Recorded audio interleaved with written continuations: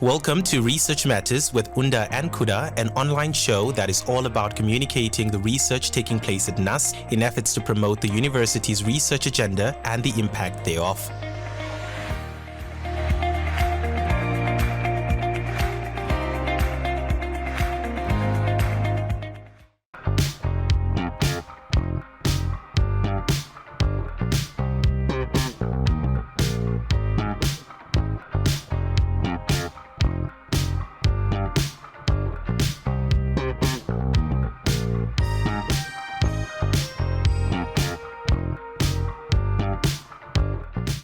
A very warm welcome to all our listeners. We're back at it. Yes, this is Research Matters with Unda and Kuda right here on NUST FM. Miss Kay, welcome to the show. Again, I'm happy to be back. Always, I'm happy to help. Of course, it's Kuda and Miss Kay this time around. And this time around, we're joined in studio by Dr. Stanley. But I will let Kuda introduce him properly. Yes, perfect. There we go. In studio today, so we have Dr. Colin Stanley, the Acting Deputy Vice-Chancellor of Research, Innovation and Partnerships right here at NUST. But today, that will not be our focus. We would like to know him more as a researcher. But before we dive right into it, Doctor, welcome. If you can allow me to just call you Colin for today. For today, because we're focusing on the research a lot. Sure. Who is Colin Stanley? Thank you. It's my pleasure to be here at the NUST FM studio. It's really indeed a pleasure from my side to be invited. A great opportunity. Who's Colin? It's Colin, especially if I have to relate it to my childhood. He's a young boy who was born in the early 80s in Aminus. For those that don't know where Aminus is, it's in the Maheke region, cattle country. That is southeast. It's very close to Marindal, for those that know that area. I was born in a place called Erka, so Erka for Roman Catholic. So that's in Aminus, close by where the clinic was. But then I'll touch a bit on especially the parents that raised me. It was an uncle. And I have to mention the ethnic group for a reason, because that's also inspired my career for research. He was half German, half Herero, and then my mother. And then later I was also raised by my late grandfather, who was also half Herero, half British. And so that's who I am, my childhood, and then schooled in Hosea Kutako Primary School. Most people know about Hosea Kutako International Airport. Interesting part of my life there, I failed grade 4 in Oshiro speaking school. And then my parents decided I need to go to the south, which was close by, as I introduced my birthplace. And south, there was Afrikaans speaking school. So imagine you failed in Oshiro in your mother language. Mm-hmm. Grade 4, repeating in Afrikaans, obviously I failed grade 4 twice. And I think that was a turning point in my life as a career. And then my sister was behind me, we were in the same class. And She caught up. She didn't let you race. Yes. I imagined of your small sister and everyone else. It's that feeling of failing was not good So I told myself, never again will I fail in my life. And since then, in all my grades, there was always one course that I was coming top class. So I think that was a lesson that I learned from a very young age. So that's why I'm always taking knowledge creation or knowledge construction very seriously. And part of that, I enjoy doing that. So that's how. And why the research interest started from my upbringing is because imagine being raised by mixed race, so I was not rooted in my own culture. So a lot of things I was questioning. Mm-hmm. And I questioned that up to a point that I started questioning of my research. So bringing what I know, the scientific knowledge or the indigenous knowledge. So that's how the merger started. And then challenges in my school also when I went for my master's in Europe. You know, it snows there. So I was telling myself, whether snow comes, I need that qualification. Yeah, rain or shine. Right? And you know, when it snows, you have to walk careful, because also you need to wake up earlier because of the snow. You walk slower. Mm-hmm. So, and then the village, the town, not the village where I studied, Bolzano, it was also new to international students. So everyone that was there was for work. So them seeing me as a student, every day, documento, señor documento, I have to carry my passport every day, just so that I can prove I'm there for studies. Oh, wow. So then for my PhD, also interesting enough, it was during that era where fees must fall. Mm-hmm. So the whole campus UCT was on strike. and you have to find ways to go to campus. If other learners find you on campus, they will start saying that you are not supporting them. Yeah. So I would spend the whole night on campus, and then I could hear the SRC singing at night, and they sounded like in Sarafina. So really, this I told myself that, you know, when you go through, John, the education system is a life-changing experience. So that's about myself. All right, Dr. Stanley, we're having some live audience on social media, and everybody really wants to listen. Can you please move in closer so you can speak directly into the mic? Now, to continue, I would also just like to say I've mentioned it on this show 110 times. I'm also from Aminus, and it feels nice. It feels a little close to home. I can relate to that. I know what that is. But let's talk about your research, and let's talk about when did you know? How long did it take for you to know that this is the career path that you wanted to get on? You know, but it's just recent that people started seeing research as a career. So it's not, it's only now there are different school of thoughts that we start offering qualification in research administration. But from just in curiosity of doing research, it started, I think I had really good mentors, Prof. Heike Ventures. From my honors already, I published my first publication that I was looking at the usabilities of how do we understand usability in the Namibian context. In our context, it was not about the speed, it was just about the functionality. Something can do what I expected it to do. So it was a different narrative from the conventional way of measuring usability. So that in my honors already, I had my first publication. And then that continued. In my master's, I looked at open source projects. There's a lot of open source applications, a lot of applications that are made for free. So I looked at what make those software applications successful. Right? So I look at the attributes, and very surprisingly, they communicate quite often. So they communicate any fixes, anything that they need to be fixed, they communicated to the public. So that was a mix of qualitative and quantitative research. But then I think immediately finishing my master's, continued with now fully into community-based co-design. So that's where I went now, really deep into to work with communities and look at ways on how we can safeguard our indigenous knowledge using technologies that we co-create with the communities. I'm emphasizing the co-creation there and co-design, so that they are equal partners in this. When you're creating a software, you're also constructing new knowledge on how to build a software. So for lifetime of my years, I went into that. Until today, I continue doing that and enjoying really doing that. My heart beats fast for that. So that's how the interest for, and also linking back to my childhood, that I didn't know much about my own culture. And then I was like, okay, how can I use what I know, the knowledge that I have? Shiro speaking, their praises. For me, that's science. I mean, the people for hours can speak about that. But how can I bring in technology to make sure that that knowledge is kept forever? So that's where the interest came in for doing research of communities. Oh, that's great. And this actually leads me to my next question. And when you said that your heart beats for projects like this and work like this, which actually reminds me of a LinkedIn post that you had the other day. You said this is the reason why you wake up. So I don't know if I got the wording right, but that's something along those lines, which is very inspirational. Now, like I said, it leads to my next question. Now, not so long ago, you held an information sharing session about a project you were working on with the Overhimba communities. What was that all about? Yes, that's one of the many projects that we work on, the Indigenous Knowledge Research Cluster. This cluster is housed at the Faculty of Computing and Informatics.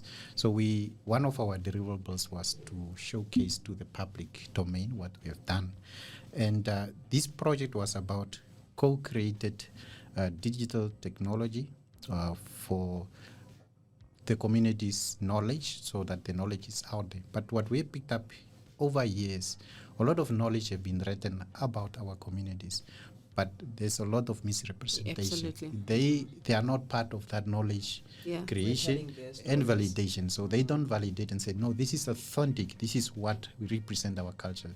I mean, we know our cultures have embodied knowledge. If you look at over Himba lady or men, there's a lot of knowledge on their body that tells them this person is married or not. This person have lost someone in their life. There's a lot of knowledge, and people will just take this information.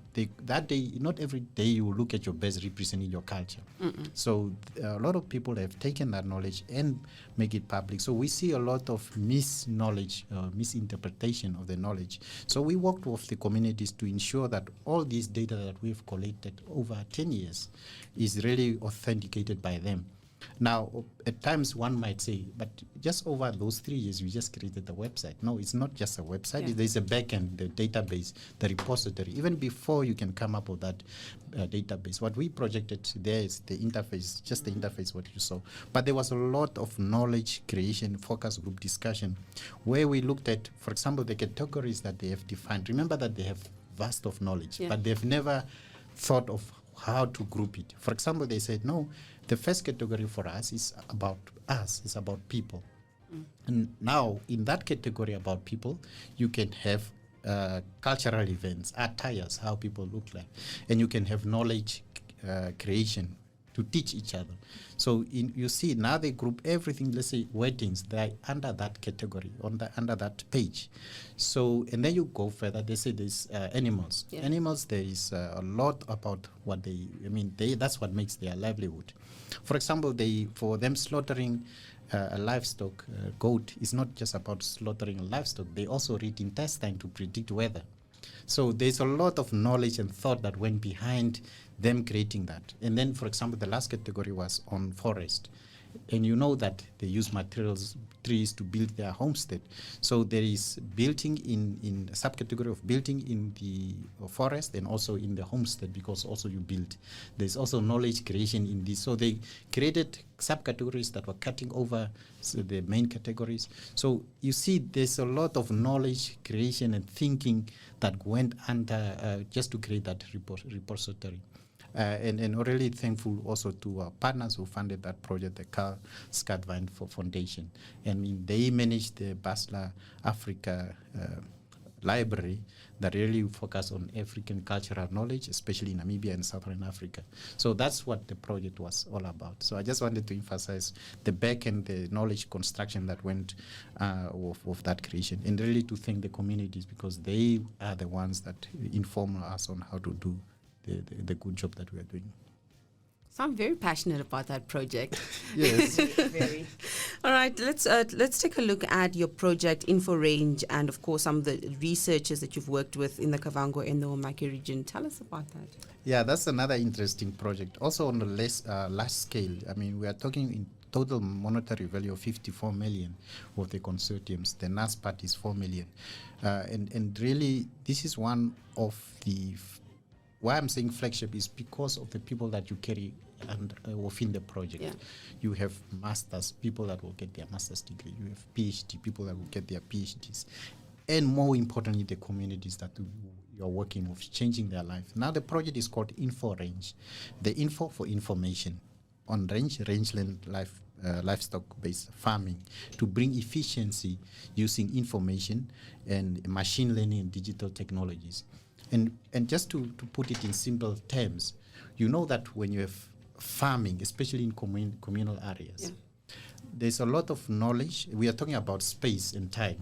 You need to know where the food is, where the water is, where the vegetation is, and it's temporal. It is a matter of time, which season of the month you will utilize the land efficiently. So there is a lot of knowledge input, we call it pulses. There's a lot of information going in, and you can see how they have really managed this land. There's not a lot of fossil input. There's not a lot of industrial, so they don't contribute too much on the carbon dioxide emissions.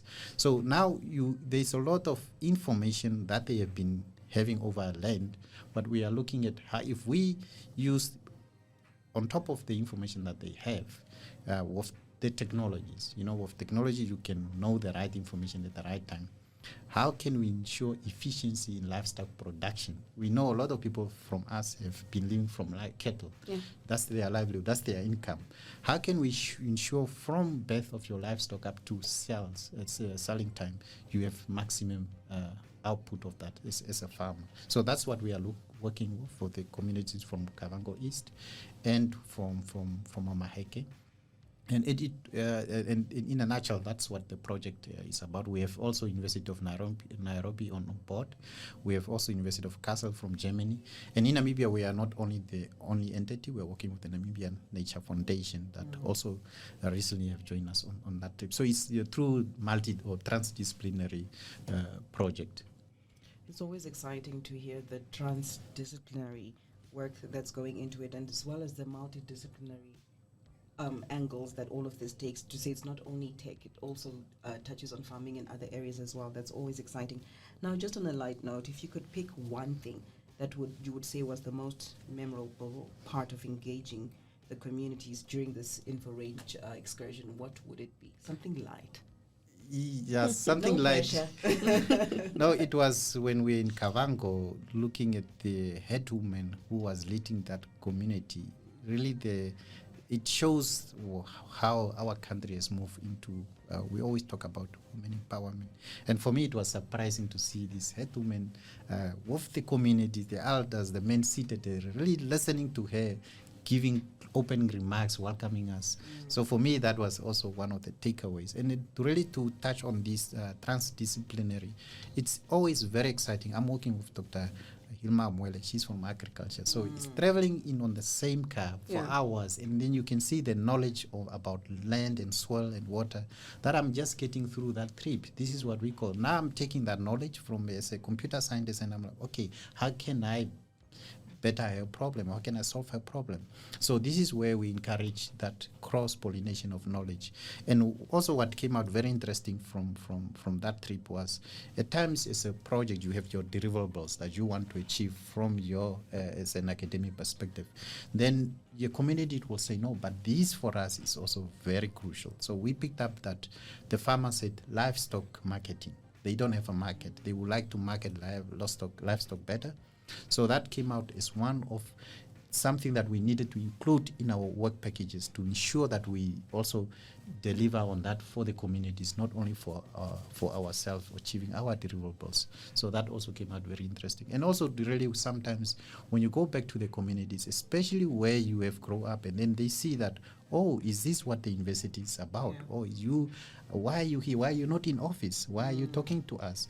For them to better understand our mandate to educate the nation and also to solve societal problems of our communities.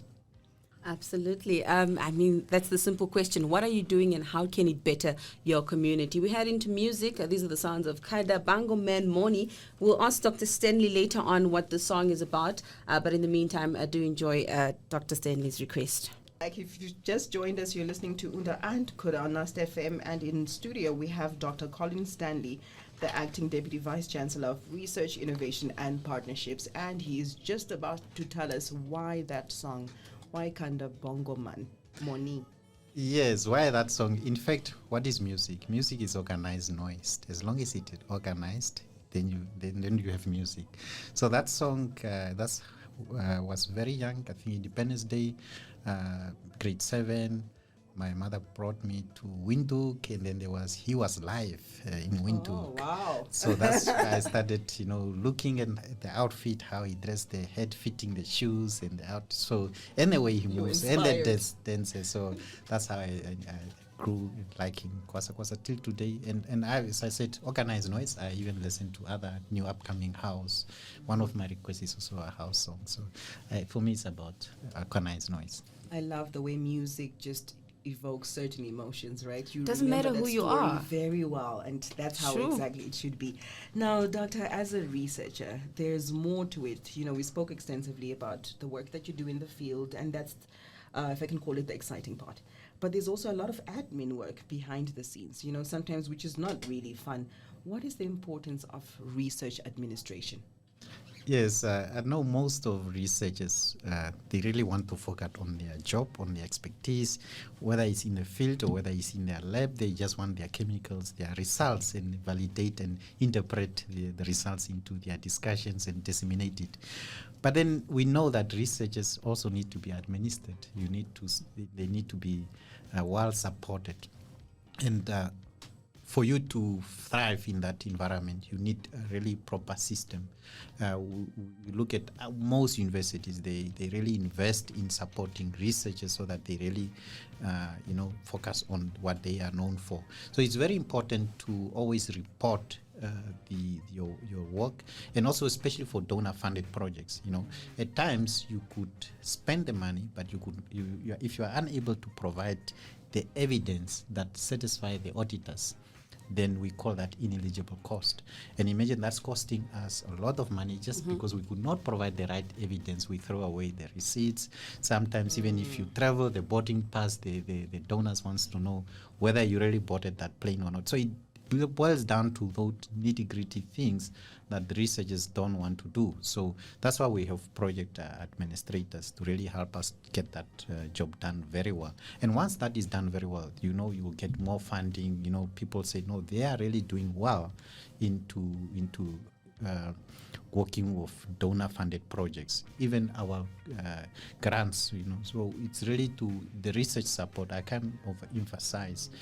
That's what I'm saying. It's a new profession. Not everyone is taught on how to administer and support research. So it's very, very, very crucial. So essentially, that's where the Directorate of Research, Innovation, and Partnerships comes in. the Directorate of Research and Innovation. So that's where they come in to really make sure that the research is well supported across the university. All right, let's bring it back to you. The popular saying is publish or perish. That's the saying. Yes. All right, so where can we find your publications? If I want to read what you've done, the work that you've put in, where is it? Yes, if you know Google, then that's the first place. It's the first stop. Yeah, Dr. Google. And then to be specific, Google Scholar. So every researcher, most of their content is on Google Scholar. And I've published mostly on cultural engagement using technologies, what I've shared. So, and to some specific conferences, the Participatory Design Conference, which some years was here in, it's a big conference internationally. Yeah. So participatory design, where we participate with all the participants, design conference. So that's where you'll find some of my work, and also on human-computer interaction. So just now will be Africae, so African focus on human-computer interaction. So this is where you'll find most of my publications, and I usually also touch on the African epistemologies, Afrocentric, the way how we African construct knowledge and use that in the knowledge paradigms, and really craft a way where I say this is where our space sits and this is comparable to other research paradigms. So that's where you will find my work. Now, if I can just take you back a little bit, we just touched briefly on this when we were talking about InfoRange. We spoke about the students and so forth, but are there any students you're supervising right now? Just briefly before we move on to the next section. Yes, in the InfoRange, even the one that you asked earlier where we just closed off on the co-created of the digital repository validated by the Vahimba communities. We had a master student just completed his studies through that project, and really he's eager now to also move to PhD. So you see how you inspire the young ones to move up to a high level of qualification. In the InfoRange, very good is that we have 3 PhD students at NUST. So we're talking about fully funded scholarships for these PhD students. So one is looking at rangeland governance, where he's supervised by Dr. Hilma Amwela, and then 2 they are co-supervised by me. So one is, for example, looking at the indigenous communities or communities that have been farming for years. They know how to heal the animals. They've used some indigenous medicine or plants. They know how to identify when the animal is sick. So using that knowledge from the veterinary knowledge and combine so that they have something that they can also use a modern way of really getting that knowledge, and also cross-cutting knowledge sharing of And then, so that's one of the PhD students working on. Perfect. Now time has caught up with us. But before we wrap it up, one very far away day when you retire, what do you want to be remembered for? When people hear Dr. Colin Stanley, perhaps Prof. Colin Stanley by the time, what do you want to be remembered for? Sure, that's a tough one. we always throw that one at everybody and they take a backseat a bit. But yes. I mean, I want my work to speak for itself. I mean, that's why I do this. That's why I said this really inspire me to really, when you see the light, the livelihood coming in someone, the community, just because of the information that you shared, and how that is making them better in their lives to make better informed decisions. So for me, I've been really doing work with the communities, and I think the community engagement is community learning for universities to learn with the communities. For me, that's what I want to be known for, to really ensure that what we do should not be in isolation. It should be part and parcel of our communities, and we all come from a community irrespective of who you are. Absolutely. That was great, Dr. Stanley. Right, for the details of our next research episode, and of course with Research Matters with Unda and Kuda, follow the Research, Innovation and Partnership at NUST pages on Facebook and LinkedIn, as well as NUST FM on Facebook and Instagram. And of course, our podcasts are now on the NUST YouTube page. We head out. Dr. Stanley, thank you so much for making a turn here at NUST FM. Your request, of course, your house jam coming up. Thank you.